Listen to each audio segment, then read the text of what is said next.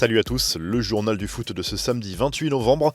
Le Barça va faire de sacrées économies après les baisses de salaire négociées avec Ter Stegen, Piqué, De Jong et l'Anglais. Un accord de principe a été trouvé pour le reste de l'effectif après plusieurs semaines de négociations.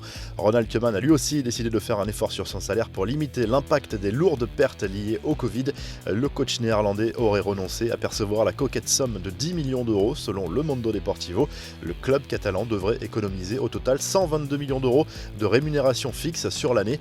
En Argentine, après le choc de la mort de Maradona, la justice mène l'enquête pour savoir si l'ancien numéro 10 de l'Albiceleste a été correctement pris en charge par les services hospitaliers avant sa mort. Un membre de sa famille a confirmé des irrégularités, mais aucune plainte n'a été déposée à l'heure actuelle. L'enquête devra déterminer concrètement ce qu'il s'est passé dans les derniers jours, les dernières heures de vie de Maradona. En attendant, Dalma Maradona et Diego Armando Maradona Jr., deux des enfants reconnus de l'idole du peuple argentin, ont exprimé leur douleur sur les réseaux sociaux. Des hommages auront lieu encore tout au long du week-end un peu partout dans le monde en marge des rencontres de football. Les joueurs du Barça, eux, ont observé une minute de silence au début de leur dernier entraînement. Un moment intense pour le groupe et particulièrement pour Lionel Messi. Autre joueur très affecté par le décès de Maradona, Carlos Tevez, l'attaquant de Boca Juniors qui idolâtrait Maradona, ne figure même pas dans le groupe pour le match prévu ce dimanche contre les Newell's Old Boys. Les infos en bref, le coup de gueule d'André Villas-Boas pour défendre Thomas Tuchel. L'entraîneur de l'OM a adressé un gros tacle à la FIFA pour dénoncer l'absence de son homologue parisien pour les trophées The Best au profit de Marcelo Bielsa. Une déclaration d'autant plus sincère que les deux coachs ont une relation plutôt tendue. Florian Thauvin plaît bel et bien au Milan AC. Dans un entretien à la chaîne Téléfoot, Paolo Maldini, le directeur technique des Rossoneri, a reconnu que le joueur de l'OM faisait partie des éléments suivis de très près en vue du mercato estival 2021. Lionel Messi sera lui aussi en fin de contrat l'été prochain, de quoi multiplier les rumeurs à son sujet, et ce n'est sans doute pas fini.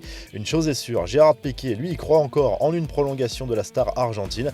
Nous attendons tous qu'il reste, mais c'est une décision très personnelle. Nous verrons, tant qu'on le verra porter le maillot du Barça, il y aura toujours de l'espoir, a expliqué le défenseur espagnol à Radio Marca.